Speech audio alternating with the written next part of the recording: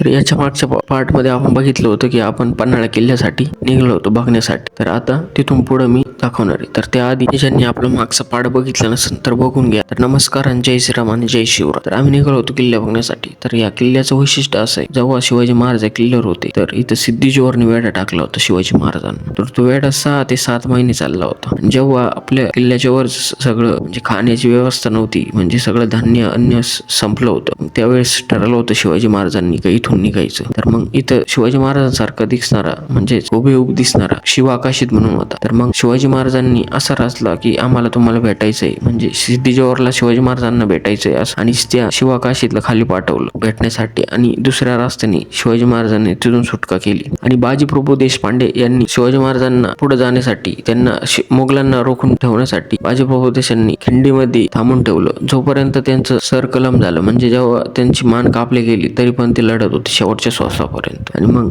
जेव्हा शिवाजी महाराज किल्ल्यावर पोहोचले आणि मग तिथं तोफेचा आवाज आला तेव्हा त्यांनी श्वास सोडला. तर ह्या किल्ल्यामध्ये खूप मोठा इतिहास आहे भावांनो. आपल्या शिवाजी महाराजांना खूप मोठा इतिहास असलेला आहे आपल्यासाठी. तर इथून पुढल्या पार्टसाठी आपल्या चॅनलला सबस्क्राईब करून ठेवा आणि व्हिडिओ आवडला असेल तर नक्की लाईक करून ठेवा.